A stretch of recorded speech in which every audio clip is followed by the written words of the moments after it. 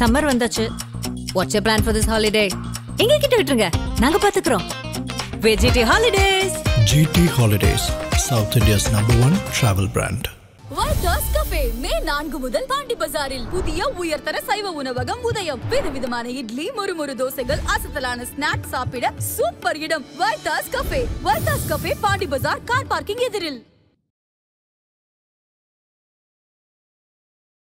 டெல்லியில இப்போ சிச்சுவேஷன்ஸ் எப்படி இருக்கு சார்? ஏன்னா இந்த பஹல்காம் தாக்குதலுக்கு பிறகு இரு நாடுகளுக்கு மத்தியில் போர் சூழல் நிலவி வருகிறது. இந்தியா அதோடைய படைகளை அனுப்பி இருக்கிறது. ஹோம் மினிஸ்டர் இப்ப சிஎம் எல்லாம் பேசியிருக்காருன்னு ஒரு செய்தி தற்போது வந்து கொண்டிருக்கிறது. டெல்லியில சிச்சுவேஷன் எவ்வளவு டென்ஸா இருக்கு சார்? ராஃபேல் என்ற விமானம் வந்திருக்கிறதே, அது மூலமாக பயிற்சி எல்லாம் தொடர ஆரம்பித்து விட்டார்கள். என்று இந்த தாக்குதல் நடக்குமோ, திடீரென்று ஒரு நாள் காலை இதெல்லாம் நடந்தது என்று பிரீஃபிங் இருந்தாலும் இருக்கும். விடுதலை சிறுத்தைகள் கட்சியோட தலைவர் திருமாவளவன் அமித்ஷா அவர்கள் பதவி விலகணும் அப்படின்னு சொன்னதாகட்டும், அப்புறம் ராபர்ட் வதரா தெரிவித்த அந்த கருத்தாகட்டும், இப்ப இதை எப்படி ஹேண்டில் பண்ண போறாங்க? இதோடைய பின்னணி என்னவா இருக்கும்? மழை எங்க மடு எங்க, அதெல்லாம் விடுங்க. விடுதலை சிறுத்தை பற்றி அவங்க எல்லாம் கவலைப்படுறது கிடையாது. ஒண்ணு இல்ல, ஆதவ அர்ஜுன் ஹேண்டில் பண்ண முடியாத திருமாவளவன் ஊடகத்தை பத்தி பேசுறாரு. என்ன அது ஒரு மாவட்ட கட்சி, விடுங்க. துணைவேந்தர்களுடைய மாநாடு, அதுல துணைவேந்தர்கள் பங்கேற்க கூடாதுன்னு காவல்துறை போலீஸ் மிரட்டி இருக்கிறது அப்படின்னு ஆளுநர் வெளிப்படையாக குற்றம் சாட்டியிருக்கிறார் அப்படிங்கறத பார்க்கணும். இனி வரக்கூடிய நாட்களில் திராவிட முன்னேற்ற கழகத்திற்கு பல எதிர்வினை நோக்கக்கூடிய தர்ம சங்கடங்கள் வர ஆரம்பித்து விட்டது என்பதுதான் அறிகுறி. எங்க பொன்முடி மேல ஒரு எஃப்ஐஆர் போட முடியல. 6 மந்திரிகள் மீது சென்னை ஹைகோர்ட் அந்த கதையெல்லாம் ரத்து பண்றாங்க. நேற்று கூட இன்னைக்கு கூட ஒண்ணு பண்ணிருக்காங்க. துரைமுருகன் மீது அந்த கேஸ் ஓபன் பண்ணிருக்காங்க. அதையெல்லாம் சட்ட பிரச்சனைகள் எல்லாம் பார்க்க முடியாத முதலமைச்சருக்கு யாருக்கோ பாராட்டு விழா பண்றாரு. அரவிந்த் கெஜ்ரிவால் அமைச்சரவையில் ஜெயிலில் இருந்ததோ, எப்படி அரவிந்த் கெஜ்ரிவாலுடைய அமைச்சர்கள் தோல்வியுற்றார்களோ, எப்படி அரவிந்த் கெஜ்ரிவால் தோல்வியுற்றாரோ, அது மாதிரியான ஒரு இக்கட்டான சூழ்நிலை தமிழகத்திலும் வளர்ந்து வருகிறதோ என்ற அச்சம் எனக்கு இருக்கிறது. காரணம், தமிழகத்தில் இருக்கக்கூடிய 6 மந்திரிகள் மீது சென்னை ஹைகோர்ட் தீவிரமான கருத்துக்களை தெரிவித்திருக்கிறது. அது பற்றி மு.க. ஸ்டாலின் முதலமைச்சருடைய கருத்து என்ன? 6 மந்திரிகள் எல்லாம் ரிசைன் பண்ணாங்கன்னா, அண்ணாமலை சொன்னார் பாருங்க, அறிவாலயத்திலிருந்து ஒரு செங்கலை எடுத்து விடுவேன் என்று. 6 செங்கல் எடுத்துட்டாரு. இப்போ இதெல்லாம் இதுல இருந்து என்ன தெரிஞ்சுக்கிறீங்க? எடப்பாடி பழனிசாமி சொன்னது கார்பரேட் கட்சி திமுக என்பது நிரூபணம் ஆகிறதே. 15 அமைச்சர்கள் மீது, தமிழக அமைச்சர்கள் மீது சில சந்தேகங்கள், வழக்குகள் இருப்பதனால், half of the M.K. Stalin government பிரச்சனையில் இருப்பதனால் எப்படி அவர் சமாளிக்க போகிறாரோ தெரியவில்லை. இப்பொழுதுதான் அந்த 200 மறந்து போச்சு பாருங்க, எல்லாம் காத்து போயிடுச்சு. ஆதர் நேயர்களுக்கு அன்பு வணக்கம். இன்றைய சிறப்பு நேர்காணலில் நம்முடன் இணைந்திருக்கிறார் மூத்த பத்திரிகையாளர் டெல்லி ராஜகோபாலன் அவர்கள். சார் வணக்கம். நமஸ்காரம். நமஸ்காரம் சார். டெல்லியில இப்போ சிச்சுவேஷன்ஸ் எப்படி இருக்கு சார்? ஏன்னா இந்த பஹல்காம் தாக்குதலுக்கு பிறகு இரு நாடுகளுக்கு மத்தியில் போர் சூழல் நிலவி வருகிறது. இந்தியா அதோடைய படைகளை அனுப்பி இருக்கிறது. ஹோம் மினிஸ்டர் இப்ப சிஎம் எல்லாம் பேசியிருக்காருன்னு ஒரு செய்தி தற்போது வந்து கொண்டிருக்கிறது. டெல்லியில சிச்சுவேஷன் எவ்வளவு டென்ஸா இருக்கு சார்? டெல்லியில சிச்சுவேஷன் ரொம்ப சூடா இருக்கு. அரசியல் சூட தவிர நிறைய ராத்திரி 2 மணி 3 மணி மட்டும் அமித்ஷா எந்த மந்திரி தூங்குறது கிடையாதுங்க. பிகாஸ் ஆஃப் ஒன் ரீசன், 10-11 வருஷத்துல ஒரு விதமான தாக்குதல்கள் இல்லை என்று ஒரு மாரடித்து கொண்ட நரேந்திர மோடி அரசாங்கத்திற்கு ஒரு அவப்பெயர் வந்து விட்டது. இருப்பினும் நரேந்திர மோடியினுடைய தலைமையில் கேபினட் கமிட்டி ஆன் செக்யூரிட்டி நேற்று முன்தினம் கூடியதே. அதற்கு பிறகு பல பல பல நுணுக்கங்களை எல்லாம் ஒன்றாக திறந்து பிடித்து ஆராய்ந்து, அதற்கு சட்ட ரீதியாக பார்த்து, அதையெல்லாம் நுணுக்கங்களை எல்லாம் தெரிந்து கொண்டு ஒருங்கிணைப்பது அமித்ஷா அவர்கள். இரவு 12 மணி 1 மணி மட்டும் மீட்டிங் நடத்துறாங்க. போராத வரைக்கும் ராஜ்நாத் சிங் நேற்று அனைத்து கட்சி கூட்டம் நடந்தது. டெல்லியில் இருக்கக்கூடிய 85 தூதுவரகங்கள், பல நாடுகளுடைய தூதுவரகங்களுடைய தூதுவர்களை அழைத்து பேசியிருக்கிறார்கள். இது மாதிரிலாம் ஆச்சுன்னுட்டு மோஸ்ட் ஆஃப் த திங்ஸ் என்னென்ன சொல்ல முடியுமோ எல்லாம் சொல்லியிருக்காங்க. என்னென்ன பண்ண போறோமோ சொல்லியிருக்காங்க. அதை தவிர இந்தியாவில் இருக்கக்கூடிய 140 கோடி மக்களுக்கு ஒரு கோபத்தை உண்டாக்கிவிட்டது இந்த ஒரு தாக்குதல்கள், இந்த தீவிரவாதிகள் தாக்குதல். அதனால்தான் மத்திய அரசாங்கம் மிக மிக மிக துரிதமாக செயல்பட்டிருந்தது. தாங்கள் கூறியது போன்று அனைத்து முதலமைச்சரிடம் அமித்ஷா பேசிவிட்டார். இதையெல்லாம் கேபினட் கமிட்டி ஆன் செக்யூரிட்டியில் முடிவு செய்தார்கள். இருப்பினும் வரக்கூடிய நாட்களில் சில முக்கியமான செய்தி ஊடகங்கள், பத்திரிகைகள் மற்றும் புகைப்படக்காரர்கள் எல்லாம் அழைத்து கொண்டு காண்பிக்க வேண்டும் என்று சொல்கிறார்கள். காரணம், டூரிசத்தை மீண்டும் வளர்க்க வேண்டும். ஜம்முவில் டூரிசம் தான் அங்க ஜம்முவினுடைய வாழ்வாதாரம். அதை வச்சுதான் அவங்களுக்கு பழைப்பாங்க. வருஷத்துல 2 மாசம் தான் அவங்களுக்கு, மீதி 10 மாசம் தூங்கிட்டு இருப்பாங்க. இதுதான் ஒரு மாபெரும் ஒரு பிரச்சனை ஆகிவிட்டது. நரேந்திர மோடி அவர்கள் கண்டிப்பாக டூரிசத்தை பற்றியே கடந்த 11 வருடங்களில் சொல்லி கொண்டு மார்தட்டி கொண்டிருந்தாரே, அதற்கு ஒரு இழுக்கு ஏற்பட்டு விட்டது. அதை அமித்ஷா ஒருங்கிணைக்கிறார்கள். அதையும் தவிர சில முக்கிய பிரச்சனைகளை நாம் குறிப்பிட வேண்டும் ஆதன் நேயர்களுக்கு வினோத் மூலமாக. ஸ்ரீநகர்ல இருக்கக்கூடிய காஷ்மீர் ஸ்டூடெண்ட்ஸ், டூன் ஸ்கூல்ல படிக்கிறவங்க, JNUல படிக்கிறவங்க, போபால்ல படிக்கிறவங்க, சென்னையில இருக்கக்கூடிய பெங்களூர்ல இருக்கக்கூடிய காஷ்மீர் ஸ்டூடெண்ட்ஸ் வந்திருக்காங்க பாருங்க. அண்டை மாநிலத்துக்கெல்லாம் அவங்களெல்லாம் பிடிச்சி அடிக்க ஆரம்பிச்சிட்டாங்க. இப்போ அது டேராடூனில் கல்லூரி மாணவர்களிடையே ஒரு மாபெரும் பிரச்சனை உண்டாக்கி விட்டது. போலீசார் அதை சமாதானப்படுத்துகிறார்கள். அவ்வளவு ஆத்திரம் இருக்கிறது. காரணம், அந்த குதிரையில போனவங்களை எல்லாம் இந்த சுற்றுலா பயணிகளை காட்டி கொடுத்ததும் அந்த குதிரைக்காரர்கள் தான் என்று சொல்லுகிறார்கள். நிறுத்தி நிறுத்தி அடிச்சாங்கன்னு. இப்பொழுது கதை மாறுகிறது. கொஞ்சம் கொஞ்சமா வெளில வரவே. எனினும் இது ஒரு பிரச்சனை, 2 தேசங்களுக்கு இருக்கக்கூடிய பிரச்சனை. அதிகமாக நாம் பேசக்கூடாது என்பதுதான் என்னுடைய கருத்து. காரணம், ஏதாவது தெரிந்ததை சொல்லிவிட்டால் அது எதிராளிக்கு, போராளிக்கு சென்றுவிடும். ஆங்கிலம், தமிழ், தெலுங்கு, கன்னடம், மலையாளம் எந்த பாஷையில் சொன்னாலும் அதை கண்டுபிடிக்கிறாங்க. ஒன்று. இரண்டாவதாக, வரக்கூடிய நாட்களில் ஹிந்தியில் தனாவ் என்று சொல்வார்கள். அந்த ஒரு சூடு பிறக்க ஆரம்பித்து விட்டது. 1 மாதத்திற்குள் இராணுவங்கள் 3 தளபதிகள் அமித்ஷாவிடமும் ராஜ்நாத் சிங்கிடம் பேசிவிட்டார்கள். என்னென்ன செய்ய வேண்டும் என்று. ராஃபேல் என்ற விமானம் வந்திருக்கிறதே, அது மூலமாக பயிற்சி எல்லாம் தொடர ஆரம்பித்து விட்டார்கள். ஒருங்கிணைந்த சென்ட்ரல் கமாண்ட் என்று சொல்லக்கூடிய அளவிற்கு ஒருங்கிணைந்த ஒரு முக்கிய புள்ளிகளை எல்லாம் வைத்து பேசுகிறார்கள். என்று இந்த தாக்குதல் நடக்குமோ, திடீரென்று ஒரு நாள் காலை இதெல்லாம் நடந்தது என்று பிரீஃபிங் இருந்தாலும் இருக்கும். இண்டஸ் வேலியினுடைய அந்த தண்ணீரை நிறுத்தியது பாகிஸ்தானுக்கு ஒரு மாபெரும் இழப்பு. அதில் கலங்கி விட்டார்கள். பாகிஸ்தானுக்கு ஏற்கனவே அங்க உள்ள பொருளாதார பிரச்சனை மிக மிக கேவலமாக இருந்தது. ஸ்ரீலங்கா, மால்தீவை விட அதிகமாக இருந்தது. இருப்பினும் அவங்களுக்கு இருக்கக்கூடிய அந்த திமிரு, கொழுப்பெல்லாம் இருக்கு பாருங்க, அதெல்லாம் வச்சு பண்ணி போகணும்னு ஒரு சாத்தி விட்டாங்க. இந்துக்களுக்கு மீதான போராக தொடர்ந்து விட்டார்கள் என்றுதான் அரசியல் ரீதியாக பேசலாம். எது இருப்பினும் நான் சொன்ன இந்த ஒரு பின்னணி, டெல்லியில் நடக்கக்கூடிய பின்னணி எது இருப்பினும் தங்களுடைய ஆதன் தொலைக்காட்சிக்கு மேஜர் மதன்குமாருக்கு பாராட்டுதல்கள். காரணம், அவர் விழாவாரியாக சொல்லிவிட்டார், விளக்கமாக சொல்லிவிட்டார். பலர் அதை ரசித்து பார்த்திருக்கிறார்கள். அதற்கு மேல் என்னிடம் சொல்வதற்கு ஒன்றும் இல்லை. ஏன்னா எல்லாத்தையும் சொல்லி முடிச்சிட்டார். சார், இப்ப இந்த அதிகாரிகள் மட்டத்துல நம்ம மிக முக்கியமான ஒரு சந்திப்பாக குடியரசுத் தலைவர் திரௌபதி முர்முவை ஹோம் மினிஸ்டர் அமித்ஷா மற்றும் எக்ஸ்டர்னல் அஃபேர்ஸ் மினிஸ்டர் ஜெய்சங்கர் 2 பேரும் சந்திச்சு அந்த விஷயத்தெல்லாம் பிரீஃப் பண்ணதாக சொல்லப்படுது. இப்ப ஹோம் மினிஸ்டர் எல்லா மாநிலத்துடைய முதலமைச்சர்களுக்கும் நேரடியாக தொலைபேசி மூலம் அழைத்து பேசியதாகவும் சொல்லப்படுது. இதோட இந்த 2 விஷயங்களுடைய பின்னணி என்ன சார்? இந்தியாவினுடைய ஒரு பாதுகாப்பிற்கு மத்திய அரசாங்கம் உறுதுணையாக இருக்கிறது என்பதற்குத்தான். ஏன்னா 140 கோடி பேருக்கு ஒரு பாதுகாப்பை தர வேண்டியது நரேந்திர மோடி அரசாங்கத்தினுடைய கையில் இருக்கிறது வினோத். அதை ஊர்ஜிதப்படுத்தினார் நரேந்திர மோடி. இருப்பினும் சில விஷயங்களை முதலமைச்சருக்கு சொல்லியாக வேண்டும். காரணம், இந்தியாவில் வகுப்பு கலவரம் மீண்டும் வரக்கூடாது என்று லா அண்ட் ஆர்டர் பிரச்சனை ரீதியாக மாநில அரசாங்கங்களுக்கு சில உத்தரவுகளை பிறப்பித்திருக்கிறார்கள். அதையும் தவிர இன்டெலிஜென்ஸ் பீரோ என்று சொல்லக்கூடிய ஐபியினுடைய அதிகாரிகள் பல மாவட்டங்களுக்கு செல்லுகிறார்கள். காரணம், 750 கிளைகள் உள்ள ஒரு கவர்மெண்ட் வித்தின் கவர்மெண்ட் என்றால் அது இன்டெலிஜென்ஸ் பீரோ தான் வினோத். அவர்களுக்கு அனைத்து மாவட்டங்களிலும் ஆபீசஸ் இருக்கிறது, சென்ட்ரலைஸ்டு கமாண்ட் இருக்கிறது. ஒரு போன்ல எடுத்தாங்கன்னா 750 பேருக்கு பிராட்காஸ்ட் ஆகும். அவ்வளவு நூதனமான எல்லாம் வச்சிருக்காங்க. அதெல்லாம் வச்சுதான் இந்த சீஃப் மினிஸ்டர்ஸோட பேசியிருக்காங்க. கூடிய விரைவில் முதலமைச்சர்கள் மகாநாடு நடக்கும். சர்வ கட்சி கூட்டத்தை நேற்று அமித்ஷாவும் ராஜ்நாத் சிங்கும் செய்தார்கள். அதில் ராகுல் காந்தியும் கலந்து கொண்டார். இன்று நாம் இருவரும் பேசிக் கொண்டிருக்கும் பொழுது ராகுல் காந்தி ஸ்ரீநகரில் இருக்கிறார்.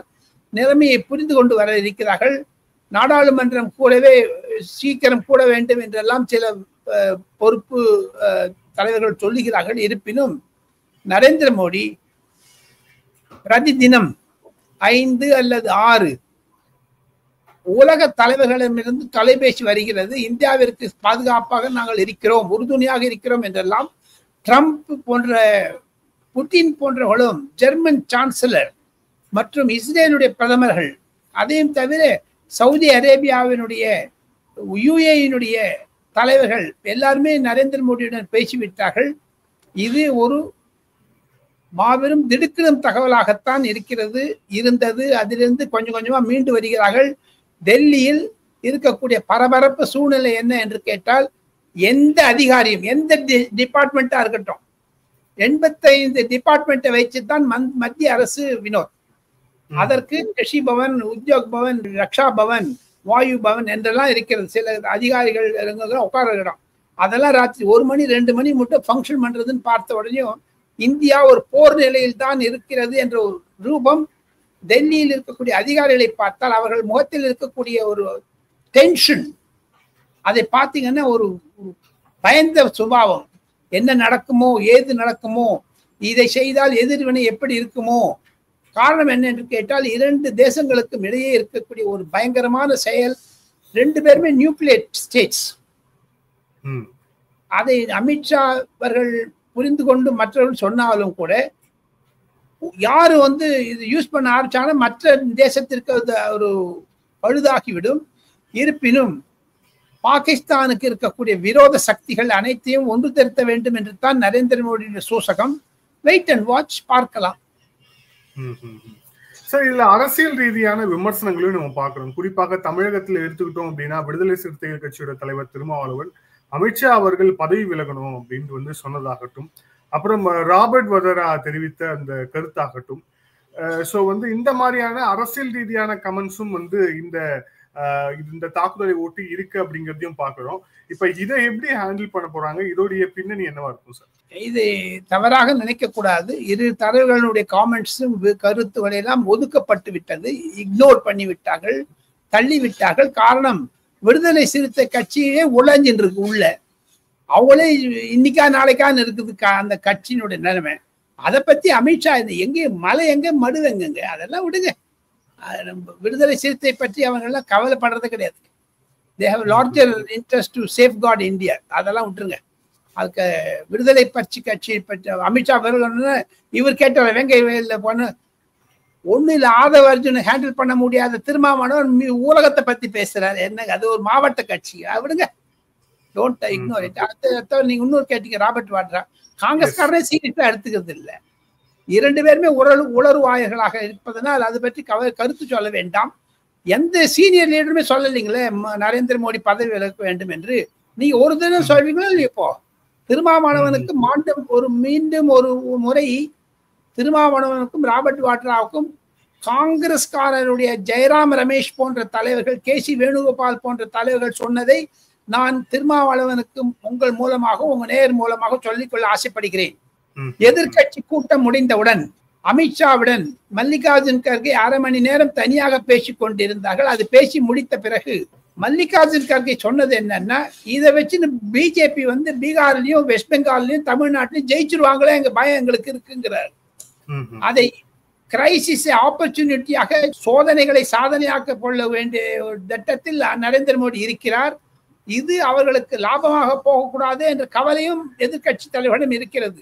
இந்த மாதிரி சீரியஸா பேசுற விஷயத்தெல்லாம் விட்டுட்டு திருமாவளவனை பத்தி பேசாதீங்கம்மா, இக்னோர் இட் வினோத். எவ்வளவு பெரிய தேசத்தினுடைய 140 கோடி மக்களுடைய இவருக்கு காழ்ப்புணர்ச்சினால பேசுறாரு. இவருக்கு என்ன ஒரு கொள்கை இருக்குங்களா சார்? சொல்லுங்க பாப்போம். அவங்க கட்சியை ஒழுங்கு பண்ண முடியல, இவர் ராஜினாமா பண்ணணும்னு சொல்லிட்டு சொல்றாரு. மீதி பேர்கள்லாம் அதை பத்தி பேசுறீங்களே, விடுங்க. Forget about it.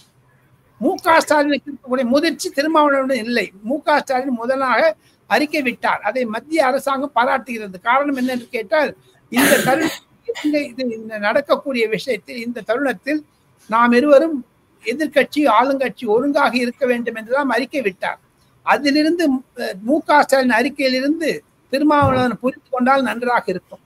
சார், இதுல இன்னொரு முக்கியமான விஷயம் தமிழகத்துல இருந்து ஆரம்பிக்கும். தமிழகத்துக்கு வரணும் அப்படின்னா துணைவேந்தர்களுடைய மாநாடு, அதுல வந்து துணைவேந்தர்கள் ஜெகதீப் தங்கர் வந்து சிறப்பு விருந்தினராக பங்கேற்கிறார்.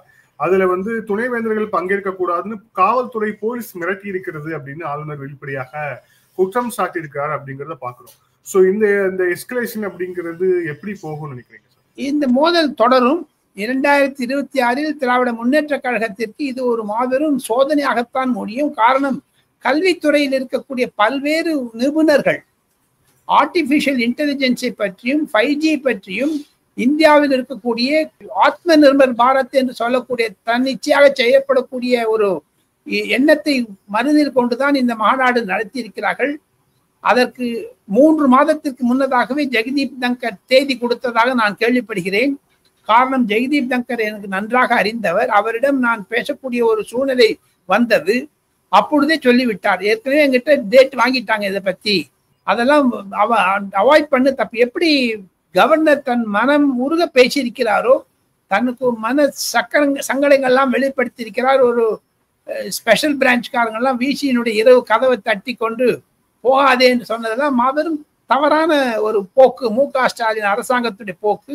இதனால வீரியம் பெருசா காரியம் பெருசான்னு பார்த்தீங்கன்னா, இனி வரக்கூடிய நாட்களில் திராவிட முன்னேற்ற கழகத்திற்கு பல எதிர்வினை நோக்கக்கூடிய தர்ம சங்கடங்கள் வர ஆரம்பித்து விட்டது என்பதுதான் அறிகுறி. இதுல இன்னொன்னு முக்கியமான விஷயம், இந்த கான்ஃபரன்ஸ் போட்டதுனால மு.க. ஸ்டாலினை பாராட்டுறதுக்காக முகுல் ரோத்தகையும் நம்ம அபிஷேக் மனு சிங் கூப்பிட்டு நடத்துறாங்க அந்த மீட்டிங் முழுக்கலுமே அந்த மீட்டிங் ஃபெயில் ஆயிடுச்சுங்களே சார். அந்த அபிஷேக் மனு சிங்கையும் முகுல் ரோத்தகையும் கொடுத்த ஒரு பழது ஜனாதிபதிக்கு 3 மாதங்கள் கொடுத்ததும் ஆளுநருக்கு 3 மாதம் கொடுத்து வெற்றி விழா எப்படிங்க அதுல கொண்டாட முடியும்? கவர்மெண்ட் ரிவ்யூ பெட்டிஷன் போட்டாங்கன்னா மு.க. ஸ்டாலினுக்கு முகத்தில் ஒரு கரி பூசின மாதிரி ஆயிடாதுங்களா? எதற்காக அவசரப்படுகிறார்களோ, நீ ஜெர்க் ரியாக்ஷன் ஃப்ரம் டிஎம்கே எதற்காக தெரியவில்லை. இதில் என்ன சாதிச்சுட்டாங்க? எங்க பொன்முடி மேல ஒரு எஃப்ஐஆர் போட முடியல. 6 மந்திரிகள் மீது சென்னை ஹைகோர்ட் வந்து அந்த கதையெல்லாம் ரத்து பண்றாங்க. நேற்று கூட இன்னைக்கு கூட ஒண்ணு பண்ணியிருக்காங்க. துரைமுருகன் மீது அந்த கேஸை ஓபன் பண்ணியிருக்காங்க. அதையெல்லாம் சட்ட பிரச்சனைகள்லாம் பார்க்க முடியாத முதலமைச்சருக்கு பாராட்டு விழா, யாருக்கோ பாராட்டு விழா பண்றாரு.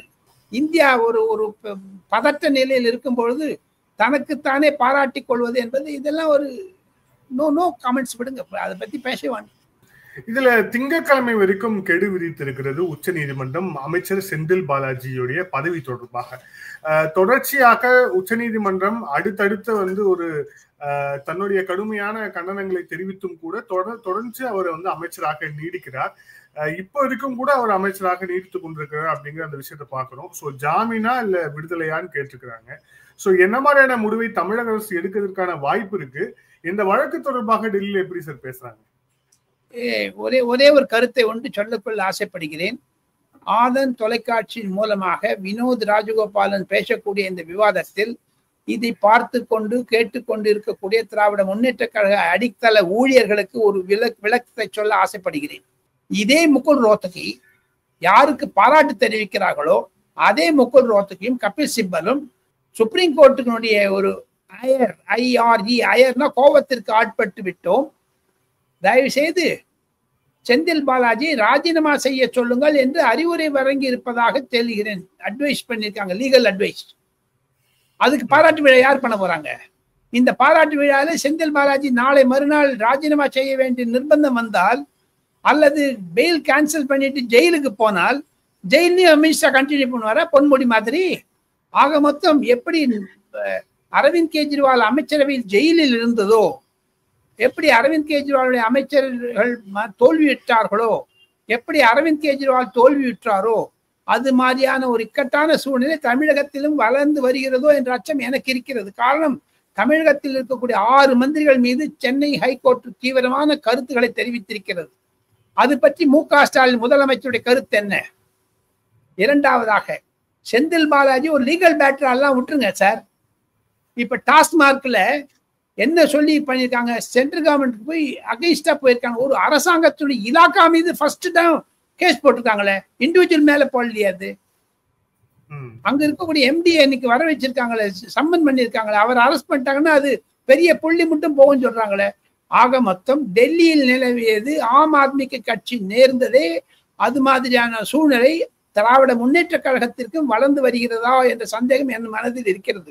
இந்த இடத்தில் தான் 2 குறிப்புகளை நான் சொல்ல ஆசைப்படுகிறேன். ஒன்று, ஐயா எடப்பாடி பழனிசாமி சொன்னாரே, அசம்பிளியில் டிமாண்ட் பண்ணாரு ஒரு டிஸ்கஷன் வைக்க மறுத்தார்கள் இதே டாஸ்மார்க்கை பத்தி. ஏன்னா அரசாங்க இலாக்காவில் அந்த சப்ஜெக்ட் வரும்போது பேசுறதுக்கு அப்பாவு ஜனநாயகத்தை கொலை செய்தவர் அவர் அந்த டிபேட்டை அலோவ் பண்ணிருக்கணும். ஒண்ணு, அந்த பண்ண முடியாத பண்ணி விட்டாங்க. 2வது காரணம் என்னென்றால் திமுகவிற்கு ஒரு இழுக்கு வந்து விடும் என்ற பயம் அவர்களுக்கு வந்து விட்டது. 2வதாக சொல்லுகிறேன், 6 மந்திரிகள் எல்லாம் ரிசைன் பண்ணாங்கன்னா அண்ணாமலை சொன்னார் பாருங்க, அறிவாலயத்திலிருந்து ஒரு செங்கலை எடுத்து விடுவேன் என்று. 6 செங்கல் எடுத்துட்டாரு. இப்போ இதுல இருந்து என்ன தெரிஞ்சுக்கிறீங்க? எடப்பாடி பழனிசாமி சொன்னாரு கார்பரேட் கட்சி திமுக என்பது நிரூபணம் ஆகிறதே. அதற்கு விட விண்வெளியில் சபரீசனுடைய கம்பெனி வானமா ஆகாயமா? என்னது வானம் தானே? அது வானம் வானம் VAANAM வானம். அதுல நம்பி நாராயணன் வச்சுன்னு கம்பெனி ஆரம்பிச்சிருக்காங்க. 2024 ஆரம்பிச்ச கம்பெனிக்கு இன்னைக்கு பர்மிஷன் கொடுத்துருக்காங்க 10,000 கோடி. அதுல எந்த கோடி இவங்க தரப்போறாங்களோ தெரியல. ஸோ ஆக மொத்தம் இது ஒரு பிரச்சனையாக இருக்கிறது. இதையெல்லாம் தவிர இன்னொன்னு சொல்றேன், ஒரு மிக மிக சீரியஸான விஷயம். ஒரு பெண் பத்திரிகை நிருபரிடம் பழனிவேல் தியாகராஜன் நேற்று, அதாவது 24ஆம் தேதி வியாழக்கிழமை டெல்லியில் ஒரு பத்திரிகை நிருபரிடம் பேசியிருக்கிறார், பெண் பத்திரிகை நிருபரிடம். அப்பொழுது அவர் சொல்லியிருக்கிறார், எனக்கு பதவியில் இருக்கிறதற்கு ஆசை இல்லை, எனக்கு அதிகாரம் இல்லை, டிஆர்பி ராஜாவிடமிருந்து அந்த அந்த அந்த கம்பெனியை எங்களுடைய இன்ஃபர்மேஷன் டெக்னாலஜிக்கு மெர்ஜ் பண்ணுன்னு நாங்கள் சொல்லியிருக்கோம், டிட்கோவில் இருக்கக்கூடிய சில பாகங்களை எல்லாம் எனக்கு தரமாட்டேங்கிறார் சீஃப் மினிஸ்டர், நான் ஏன் தான் கண்டினியூ பண்றேன்னு அழுதுருக்காரு மூக்கால. அந்த மாதிரி என்னைக்கான டேப் பண்ணி வெளில விட்டுதுன்னா அந்த 30,000 கோடி மாதிரி அசிங்கமா போடும். ஸோ ஆக மொத்தம் நீங்க கேட்டீங்கல்ல, இந்த மந்திரிகள்லாம் சுப்ரீம் கோர்ட் ஹைகோர்ட் மாட்டிக்கு இந்த மாதிரியான புது ஒரு சைட்ல போகுது பாருங்க, பழனிவேல் தியாகராஜன் மாதிரி. ஆக மொத்தம் 15 அமைச்சர்கள் மீது, தமிழக அமைச்சர்கள் மீது சில சந்தேகங்கள் வழக்குகள் இருப்பதனால், half of the MK Stalin government பிரச்சனையில் இருப்பதனால் எப்படி அவர் சமாளிக்க போகிறாரோ தெரியவில்லை. இப்பொழுதுதான் அந்த 200 மீட்பெல்லாம் மறந்து போச்சு பாருங்க, எல்லாம் காத்து போயிடுச்சு. கூட்டணி கட்சிகள் மு.க. ஸ்டாலினுடைய தலைமைக்கு ஒரு சந்தேக குறியை உண்டாக்கி விட்டார்கள் 2026. அதற்கு பிறகு கூட்டாட்சியில் எங்களுக்கு துணை முதலமைச்சர் பதவி வேண்டும், அமைச்சர் பதவி வேண்டும் என்றெல்லாம் கோரிக்கைகள் இப்பொழுதே ஆரம்பித்தாகிவிட்டது. சோ இப்போ இந்த விஷயத்தை வச்சு அவங்க எப்படி 2026 சட்டமன்ற தேர்தலை எதிர்கொள்வதில் திமுகக்கு என்ன மாதிரியான சிக்கல் இருக்கும்னு நினைக்கிறீங்க? ஏன்னா முந்தா நேத்து பொன்முடி, நேத்து துரைமுருகன், இன்னைக்கு MRK பன்னீர்செல்வம், நாளைக்கு யாரு அப்படின்னு தெரியல. சோ நாளைக்கு பழனிவேல் தியாகராஜன், நாளைக்கு மறுநாள் உதயநிதி, அப்புறம் அதுக்கப்புறம் ஸ்டாலின், இப்படி போயிட்டே இருக்கும் அது. சோ 26 தேர்தலை திமுக எப்படி சந்திக்கும்னு நினைக்கிறீங்க சார்? கடினமான தேர்தல் வினோத். என்னுடைய 40 ஆண்டு காலமாக தமிழக அரசியலை நேரில் பார்த்து 1967 இருந்து இந்த 2026 மட்டும் இருக்கக்கூடிய சட்டமன்ற லோக்சபா தேர்தல்களை எல்லாம் பார்த்ததில் எனக்கு வரக்கூடிய ஒரு 2-3 சம்மரி பாயிண்ட்ஸ். 1, மிக கடினமாக இருக்கும். 2வது, பாஜக அதிமுக தேர்தல் கூட்டணி வந்த பிறகு திமுகவில் வயத்துல ஜுரம் வந்துடுச்சுங்க, வயத்துல புலி கரைச்சிடுச்சுங்க. அவங்களாம் they never expected it will happen. It happened. 3வதாக, நான் ஒரு ஆங்கில தொலைக்காட்சிக்கு ஒரு ஆலோசகராக இருப்பதனால் எங்களுக்கு வரக்கூடிய ஸ்டாட்டிஸ்டிக்ஸ் டேட்டாவெல்லாம் பார்த்தால் திராவிட முன்னேற்ற கழகத்திற்கு முன்பு இருந்த ஒரு வேகம் குறைந்து விட்டது. அது இது எண்ணிக்கை ரீதியாக பார்த்தால் இந்தியா டுடே என்ற ஒரு ஓட்டருடைய கருத்து கணிப்பில் 47% 47 பேர் 147 பேர் விரும்பினார்கள் மு.க. ஸ்டாலின் முதலமைச்சராக. இப்போ அது 36 ஆயிடுச்சு, 10 குறைஞ்சிடுச்சு, 11 குறைஞ்சிடுச்சு. போக போக அதை குறைஞ்சிடும் தான் சொல்றாங்க. சட்ட ரீதியில் அமித்ஷா போட்டு இருக்கக்கூடிய சர்வேயினுடைய ரிப்போர்ட் என்னன்னு கேட்டீங்கன்னா 160 இடம் பாஜக அதிமுக கூட்டணி வரும்.